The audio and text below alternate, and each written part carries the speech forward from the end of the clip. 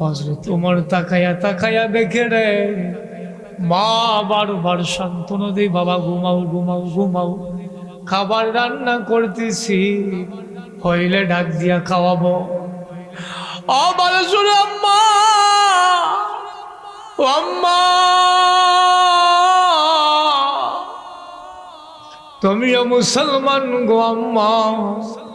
ওই মহিলা গাল দিয়ে বেয়ে পানি পড়ে, মুসলমানের গাল বায়া বায়া। ওই মহিলা কান্দে আর কয়, বাবা ঘুমাও ঘুমাও, খাবার রান্না করতেছি, খাবার হইলে ডাক দিয়ে খাওয়াবো। মায়ের কি অভিনয়, মা কই ঘুমাও ঘুমাও বাবা ঘুমাও।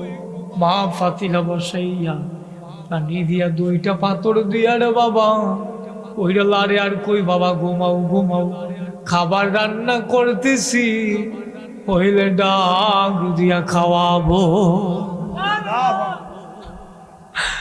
মায়ের কি অভিনয়, মা চোখের পানি আঁচল গুলো দিয়া মুছি, মা গাল বে পানি ছেড়ে দিলেন। মায়ের কথা হইল, বাচ্চাগুলা যদি ঘুমাইলায় তাইলে তো আমার আর বিরক্ত করতো না, যতক্ষণ সজাগে থাকবে ততক্ষণই তো আমার বিরক্ত করবে। এই জন্য মা চল দিয়া পানি গুলা মুছে আর ওমর তাকাইয়া তাকাইয়া দেখে হযরত ওমর উইটা মারলেন দূর দিয়ে গেলেন যেই ঘরের ভিতরে খাবার, সেই ঘরের গুদামের চাবি ছিলেন আসলামের কাছে। আসলামকে ডাক দিয়ে বলেন, আসলাম রে, কিছু প্যাকেটের ভিতরে কিছু আটা, কিছু ময়দা এবং খেজুর দাও। আমি এমন জায়গায় দেখে এসেছি দুইটা বাচ্চা আজকে 3 দিন ধরে খাবার খাই না। সুবহানাল্লাহ বলবেন। আসলাম কয় আমিরুল মুমিনিন, এইগুলো আমার মাথায় দিয়ে দেন, আমি নিয়ে যাব। আমিরুল মুমিনিন কই না, আমার দেশের আমি খলিফা। আসলাম রে, তুই আটার বস্তা নিতে চাস, আমি নবীর যে একটা কাল কিয়ামতের ময়দানে, আর আমি ওমরের যে একটা কিয়ামতের ময়দানে একটা গুনার বস্তা হইব, ওই গুনার বস্তা যদি তুই নেস তাহলে আজকে 18 অবস্থা তোর মাথায় দিয়ে দিব। এখন আর আসলাম আজ্ঞাই না, আসলাম বিছাইয়ে গেলেন রে বাবা।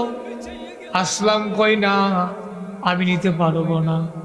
আমিরুল মুমিনিন খলিফাতুল মুসলিমিন হযরত ওমর ওই 18 অবস্থা মাথায় নিয়া বুড়া একটা মানুষ হাঁটে আর হাঁটি। হযরত ওমর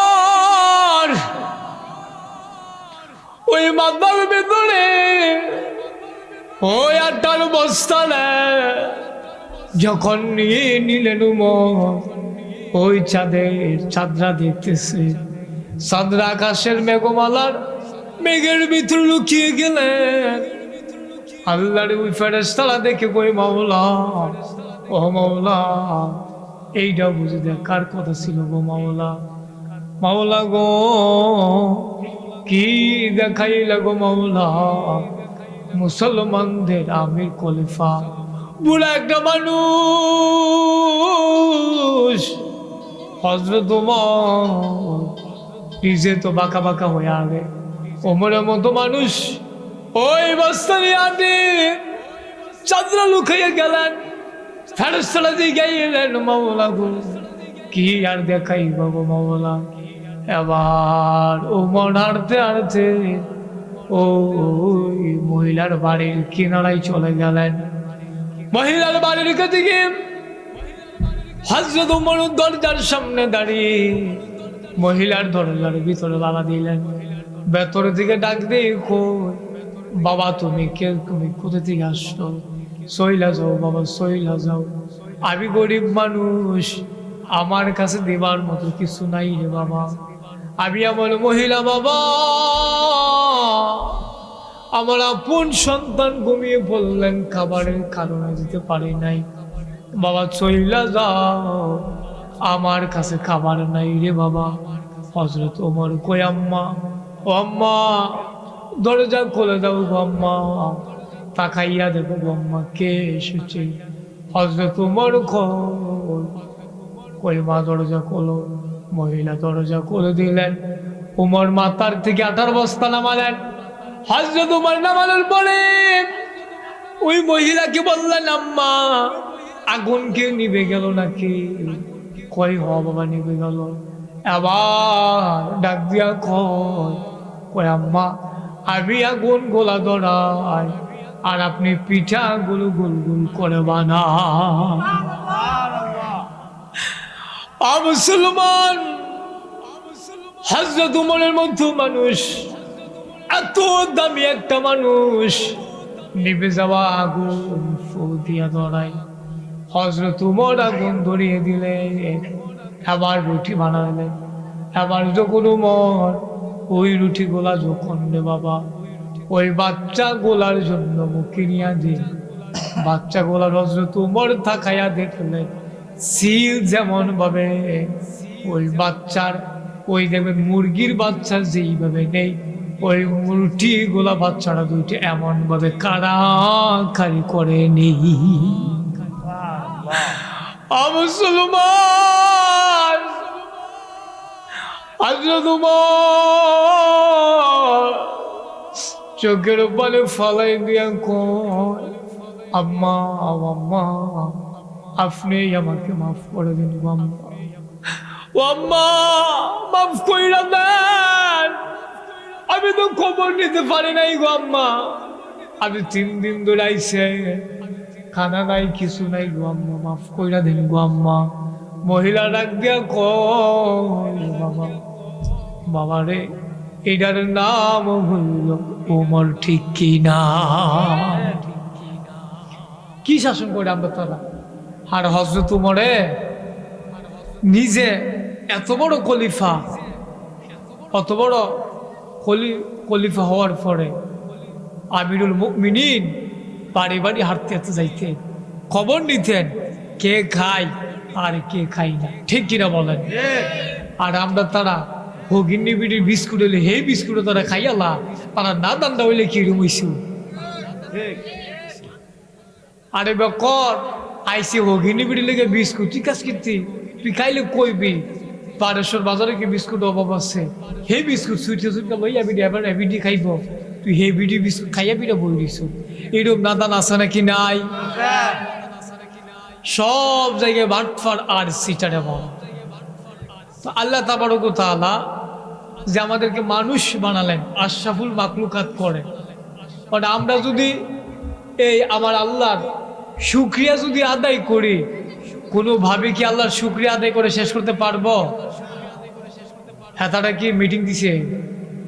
ওইও ভাই এখন কি মিটিং বসেছে, তারা ওইখান থেকে সানিয়ে দিন একটা তারা তারা মনে করছে হুজুরে এনে আপনার পরে সময় দিব, তারা কইছে 15 মিনিট সময় দিব আপনারা, পরে আধা ঘন্টা ওয়াজ করে যাবেন, তারা বই বনে দিচ্ছে।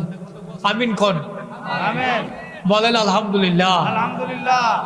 আমরা শুকরিয়া আদায় করলাম কার? আল্লাহর। শুকরিয়া আদায় করলে লাভ নাকি লস?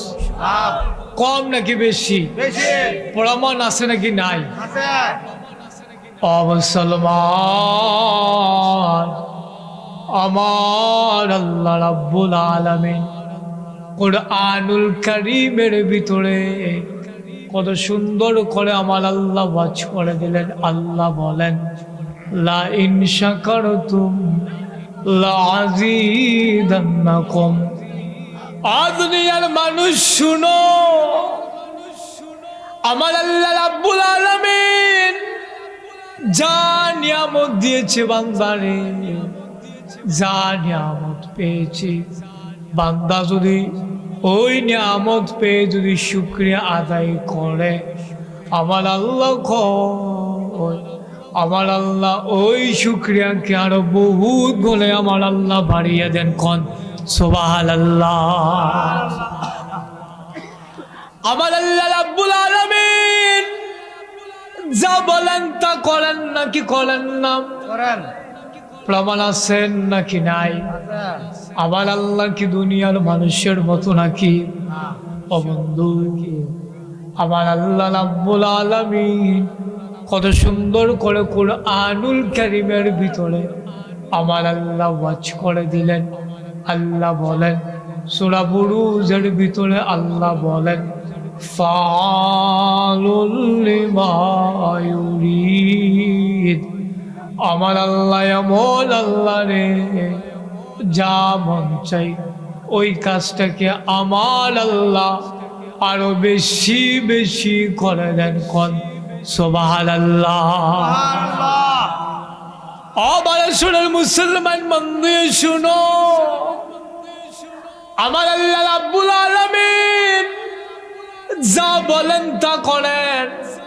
ওই ওই ওই এবার বোন ওই ছেলেটার বলছেন আপনারা সামনে দিয়ে মানুষটা যাইতেছে, হুজুর দেখতে পারছেন না?